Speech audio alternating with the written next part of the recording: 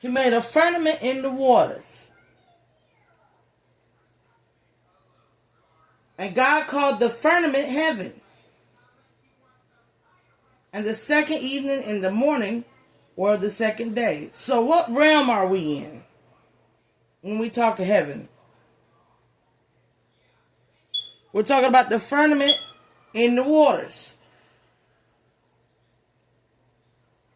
And God said, let the waters under heaven be gathered together unto one place, and let the and let the dry land appear.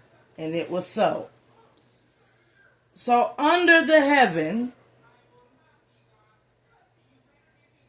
the firmament of heaven, underneath that, dry land appeared out of the waters. So draw that. Get you a book. Get you some waters. And put a firmament. A dividing line. And then under the firmament, we're going to put dry land. And above the firmament, we're going to mark heaven. And it's all in the waters. So what was the first world in which the heavens was created upon, and the division between the heavens and dry land created upon? The waters. But this book ain't about the world of the waters, where the Spirit of God moved.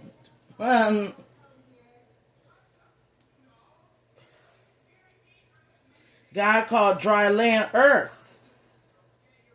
So, going back, earth was without form and void. So, in a sense, this form and void became dry land. He made it of nothing into something. But what about the deep? All this is in the bag of the deep. Let's just throw everything into a bag and look into it. You see something you like? Oh, pull it up. I like this right here. I need this right here.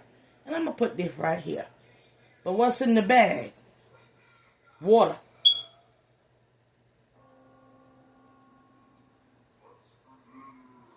And I'm going to dry this off and pull it up and put it right here.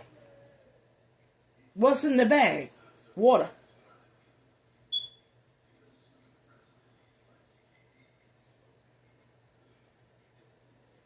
And what was the waters before everything was of order? It was of the Spirit of God. So the Spirit of God was in the bag. So God commanded the Spirit of God to arrange and order itself. God commanded the Spirit of God to arrange and order itself in a certain way.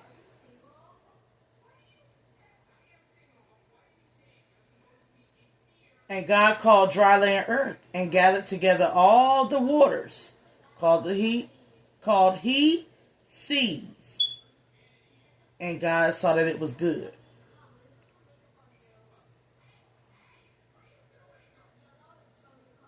Why did it put he? It didn't put he before. Now it's saying he. Seas. Waters called he seas. And God saw that it was good. Now if it wasn't a he before, what was it? It was a spirit. So it wasn't a physical. These waters became physical as he divided the elements of himself in the deep. He commanded from himself. God commanded, I'm going to get it right. God commanded of the Spirit of God to arrange and order itself. And then from that, he commanded the waters, which is of God's Spirit, to arrange itself physically into a C. Therefore, in a sense, it erected itself into being. Now, what do we call this in the womb? Take it to the womb of a woman. Aren't we describing conception? Aren't we describing birth? Right? Aren't we describing birth? And what gives birth in our earth? A woman. So feminine, God, thus bore and erected itself into masculinity, into light, phallic. It erected itself. It called out the light. So when we go, babies, what are babies? All babies in the womb have no phallic. It is a decision that the spirit be called to create the penis. It is the command of God in the spirit of that baby, that fetus, that infant, that creation, that it be commanded to be created a phallic, to erect. Other than that, you would just be a girl. Feminine. Which is, feminine is the nature of the Spirit of God. Masculinity is the erection of the Spirit of God. Keep that in mind as a male and a female. Women are supposed to move, females are supposed to move in the feminine nature.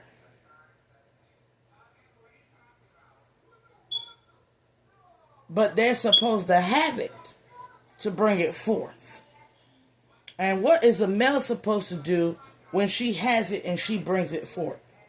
He's supposed to work with it. Get to work with it. And his creations are supposed to be what? Good. How do we know this? Let's keep reading.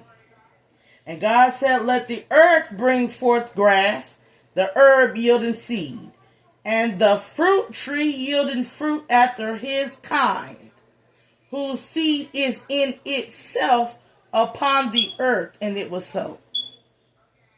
Let the earth bring forth grass, the herb yielding seed. Meaning the earth will automatically, like a vagina, produce something.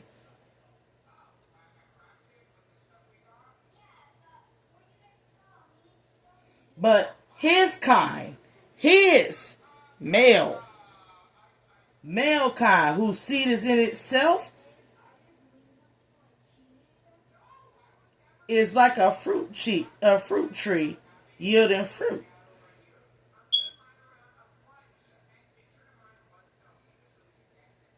So what we call that ball, you look at your balls and you look at your penis, it's constantly yielding the same fruit over and over. We call that semen. His seeds. But before you go, well, women, women bring forth grass, the herb yielding seed. A renewal of herb. I mean, her ovaries cleanse, they constantly cleanse, they renew, they herb. That womb constantly renews itself. It has a function, and it constantly renews itself. So you both got what? Seeds. And the earth brought grass and herb yielding seed after his kind, and the tree yielding fruit whose seed was in itself after his kind. And God saw that it was good. And the evening and the morning were the third day. Now why is his? We're going to get to that in a minute. And God said, let there be lights in the firmament of heaven, and divide the day from the night, and let them be for signs, and for seasons as for days. What is he describing right there? Then he already commanded their light. Now he commanded more lights. But he's commanding them to be lights in the firmament of the heavens, which we are divided from on the earth. So what are you looking at when you look up?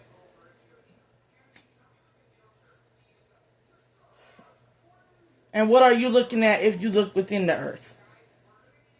When you look within the earth, they're going to go, it's a big ball of lava.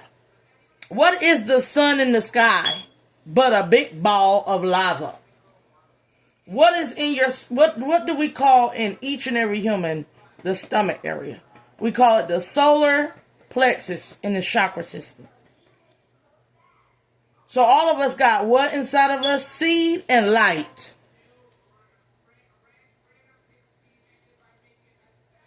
Keep that in mind. And let them be for the lights of the firmament of heaven, to give light upon the earth, and it was so. The sun in the sky is a star. The sun within the earth's core is a star. Look it up. And let them be for lights in the firmament of the heaven, to give light upon the earth, and it was so. And God made two great lights, the greater light to rule the day, the lesser light to rule the night, and he made the stars also. He made the stars also. So what was special about this star that we got? What's special about the star that we got above us? Well, it was the greater light to rule the day. It was specifically tailor-suited. And he had the stars, which were specifically tailor-suited to be lights that are from afar to light up everything. When you go out and you can see a planet, it's shiny, ain't it? So you can see a planet and you call it a star. What if I go to that planet and I see Earth? What are we going to call it? A star. So in essence, what realm of we talking about here, right? But we don't know what's going on up there. We claim to know. We want to know. But we do know one thing. If we do know something, we know that more than likely ain't no life on some of them planets. And that's something we should also be concerned about. Because if we can see it as a star, but it is not inhabited by anything, is it because of the eyes that we were gifted to see it with, that we can't see its inhabitants? Or is it because he either had something up there and it was destroyed, or something was up there that destroyed itself, or it's still a template?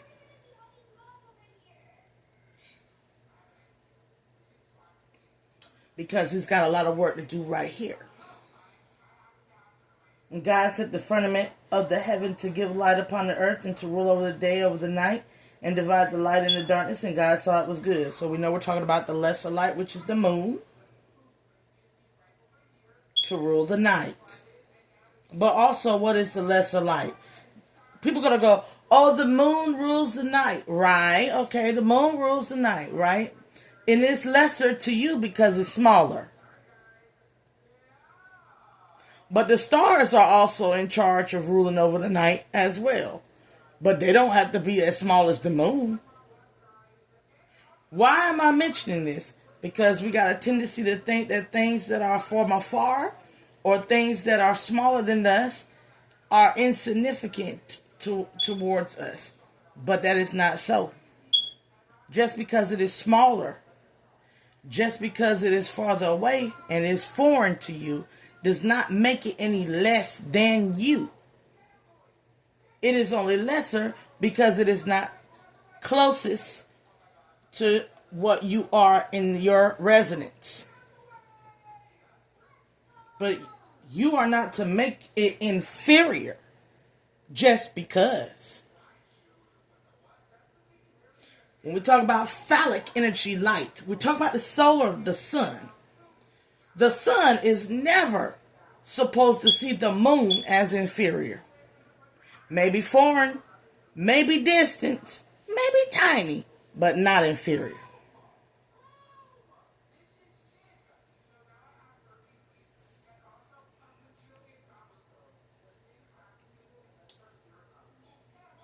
And God said, let the waters bring forth abundantly moving creature that hath life, and fowl that may fly above the earth, open in the open firmament of the heaven.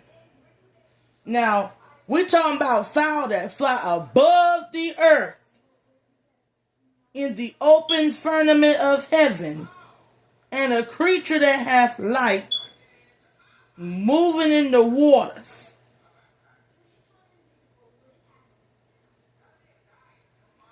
And y'all think that means on earth. Like,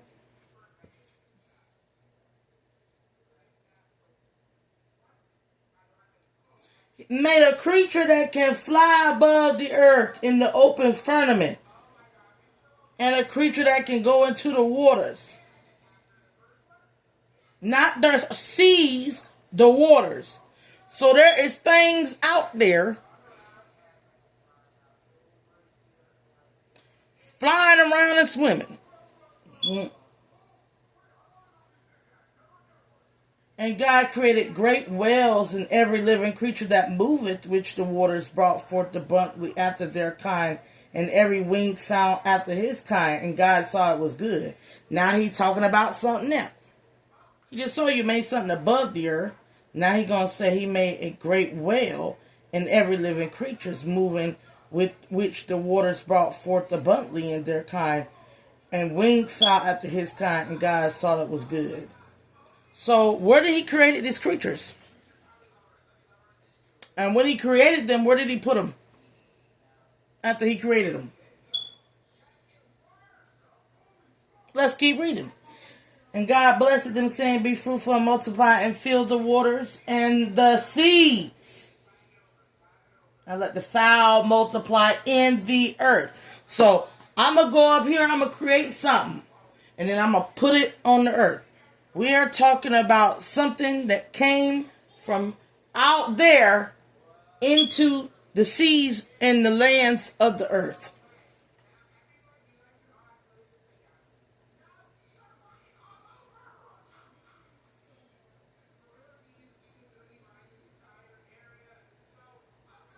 When we look at creatures, and we look at all these creatures on our earth, and we go, where all this stuff come from?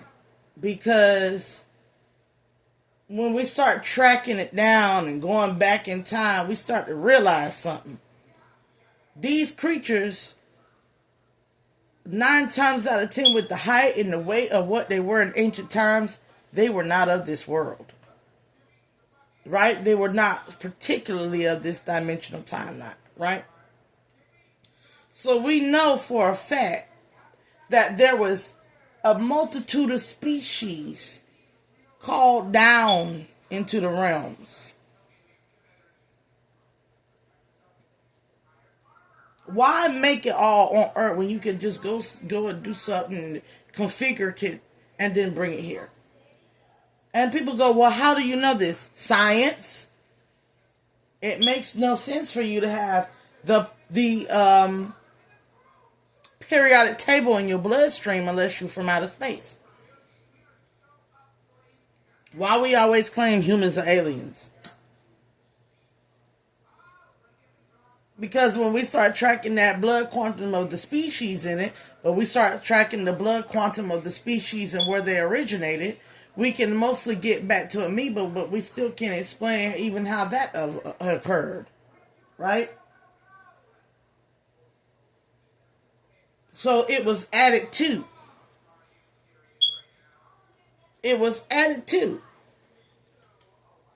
And God said, let the earth bring forth living creature after his kind, cattle and creeping thing and beasts of the earth after his kind, and it was so. So now that he done put it here and gave it a nice place to be, go ahead and multiply. And I put you here and I gave you a nice place to be. But he pulled it out of the waters and he placed it into the seas. And he pulled it above the earth and he placed it into the sky.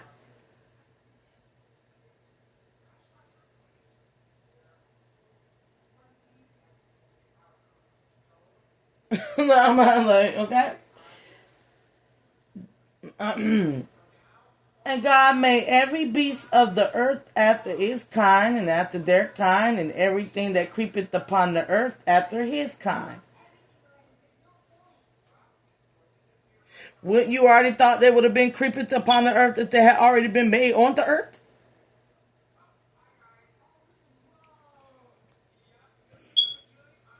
And it was good.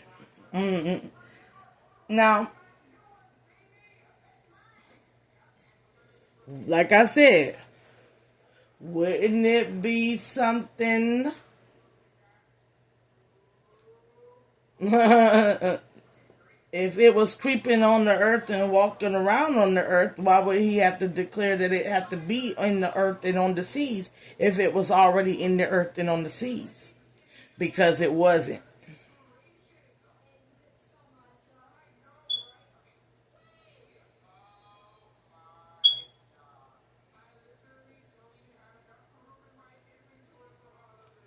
So in section, all your animals are derivative of alien life form.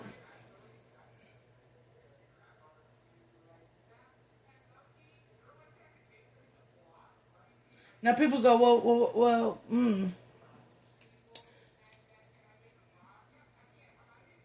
all of it came from space. Even your earth.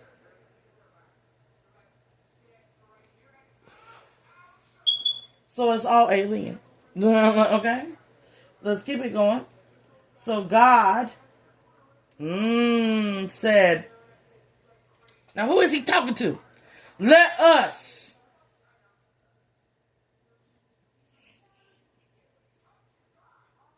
make man in our image, after our likeness. Let them have dominion over the fish of the sea, over the fowl of the air, over the cattle, over all the earth, and over every creepy thing that creeping on the earth. Who is he talking to? Who is us? You're going to say, well, us is the Spirit of God and God. Okay. If us is the Spirit of God and God, while he was up there with us, making them and planting them into seeds and water, right? After generations of it being on the earth, because we don't know God's time. We go, a day is 24 hours. But a day for God could be infinity amounts of years. And in this time, these creatures have basically became earthbound. Meaning they have accustomed and acclimated to being on earth.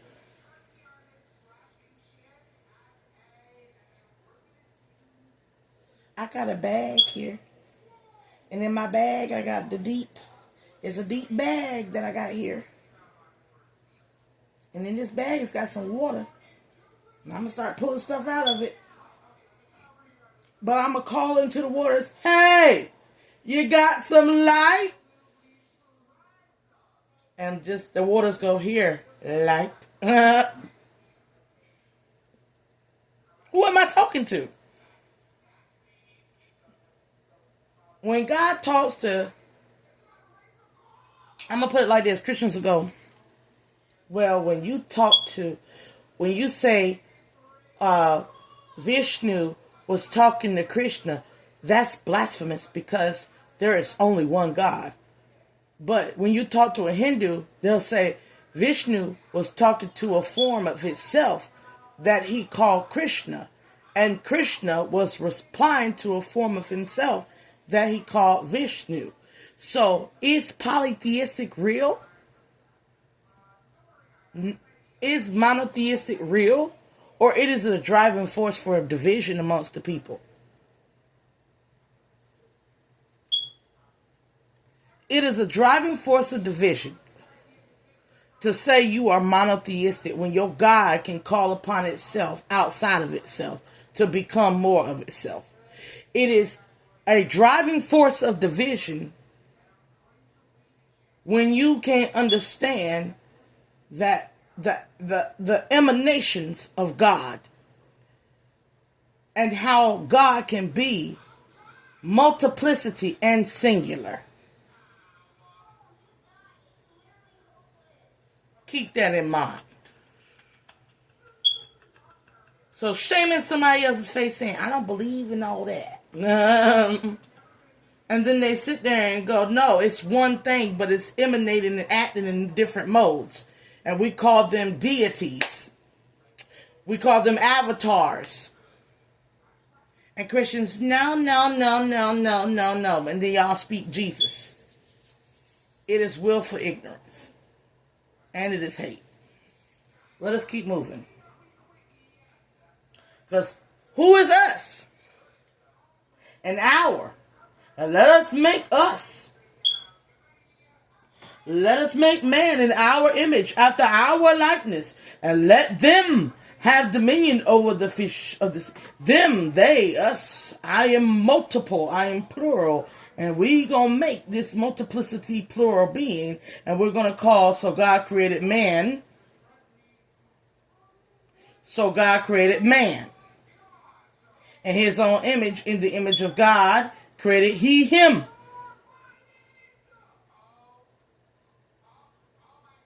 And he him, male and female, he created he them. So what did he create? He created he him. They, God, multiplicity, created his own image. And in the image of that which God is he him. So in the image of God is he him. But also in the image of God is he them. And what is he him, he them? Man. And what is man? Male and female.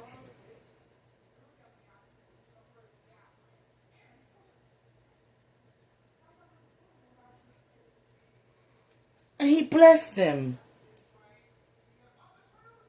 He blessed the he, him, he, she, he, male, female. He blessed them and said unto them, be fruitful and multiply and replenish the earth and subdue it, and have dominion over the fish and sea and over every living thing that moveth upon the earth.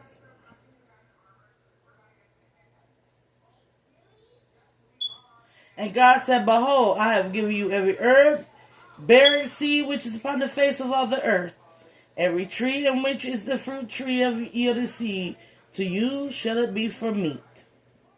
So will you eat everything on this earth? Even your vegetables. This is for my vegans. You are eating meat. And to every beast of the earth and every fowl of the air and to every creeping thing upon the earth wherein there is life, I have given every green herb for meat. And it was so. And God saw everything that he had made, and behold, it was very good. And the evening and the morning were the sixth day.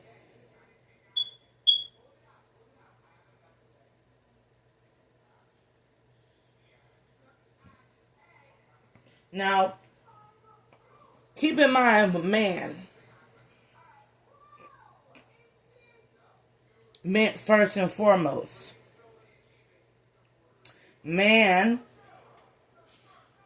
he, them, he, him. So where did her come from? We're going to see about that. Because at this point, there ain't no Eve and there ain't no Adam. So who the fuck is we talking about?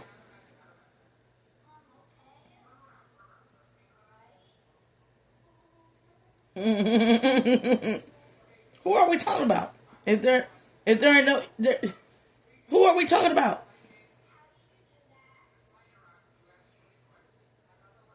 Who are we talking about? Who is all these beings? These mans in our image.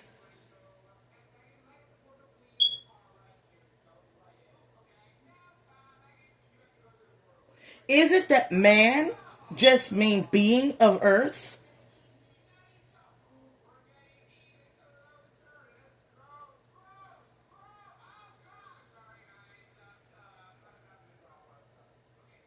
Is it that man just mean being of earth?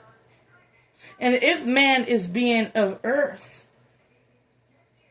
and there's no derivative between it being necessarily male or female, unless he created he, them.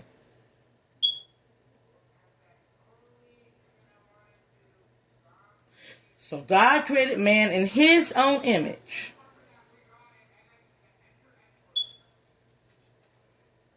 So God said us, an hour, and then out of nowhere God went singular and said man in his own image.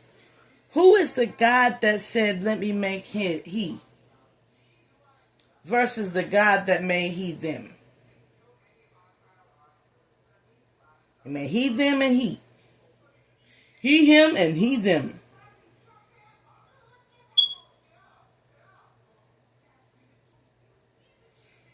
So we are talking about already two beings in the garden, or in earth. We are already talking about two beings in earth. But one being is of two, and one other being is of one singularity.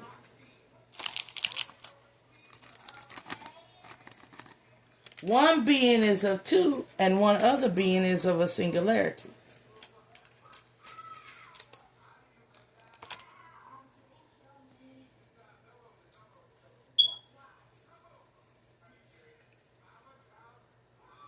Thus the heavens and the earth were finished, and all the hosts of them.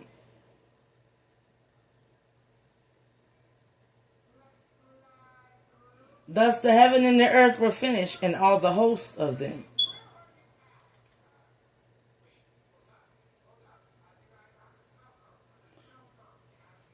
So,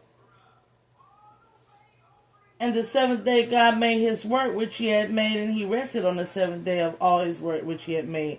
And God blessed the seventh day and sanctified it, because that in it he had rested from all his work which God created and made. What? So God ended his work. And then this God blessed the seventh day and sanctified it. And then this God rested from all his work.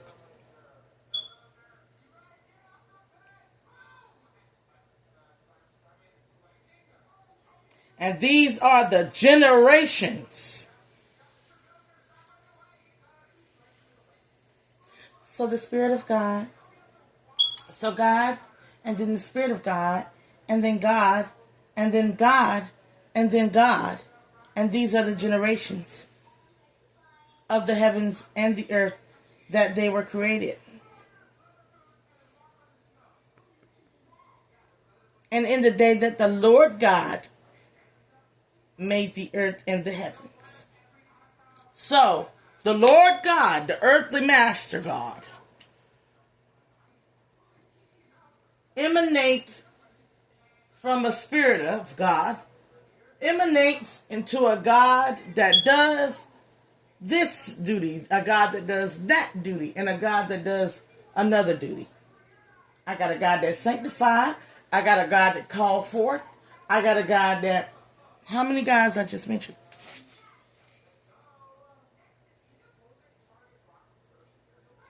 And why would they say the generations of the heavens and earth? Why not? Because he, him, and he, they was on the earth. He, she, and he are the generations of the heavens and earth. He, she, and he are the generations of the heavens and earth.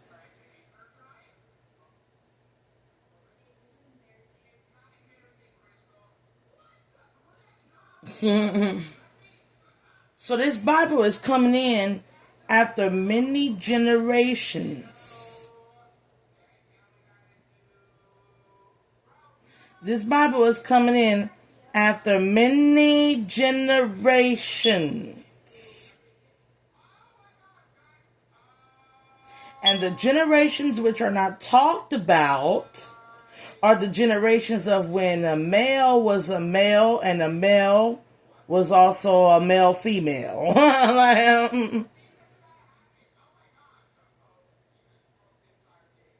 That a male as a male was a man and a male female was a man. And they were both presiding, the androgynous and the masculine one, in the heavens and the earth. This is the book that is not, that just said these are the generations.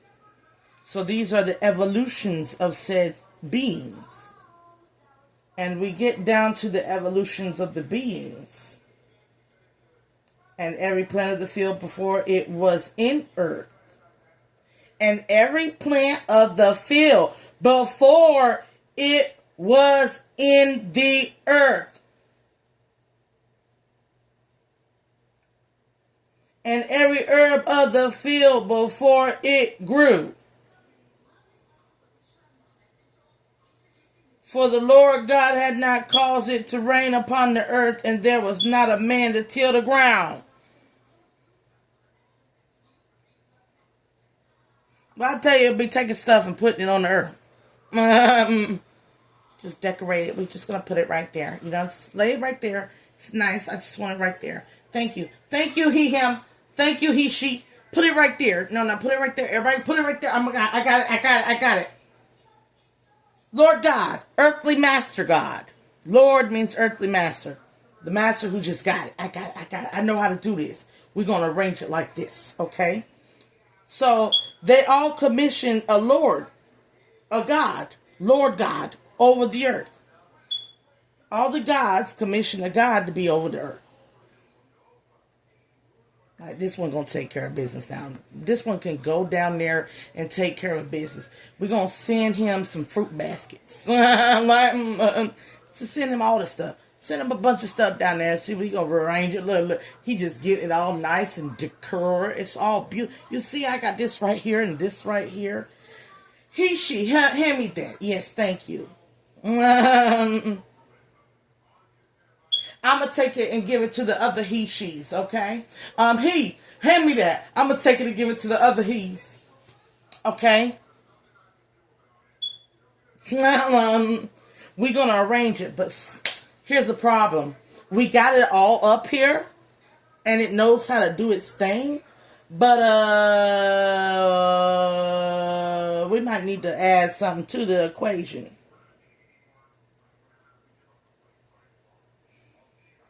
We're going to add something else to the equation because we ain't got nobody to work this ground here. And there went up a mist from the earth and the water and watered the whole face of the ground. So we're going to create, in the meantime, condensation, evaporation, all these things to get that covered.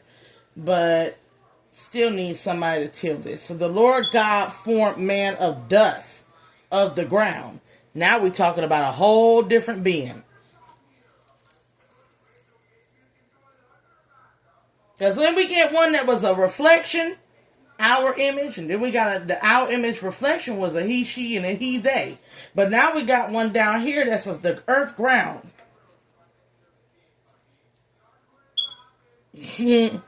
So we just talked about 3 generations of evolution of beings. We talked about a parthenogenesis being, a being that could mate with the parthenogenesis being, beings of light and water.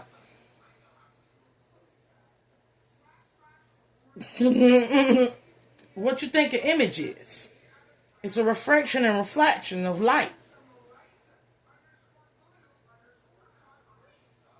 These were not physical beings in Genesis 1. Therefore, they had the androgynous way. He decided to make a physical being. Because what good is it to have a light body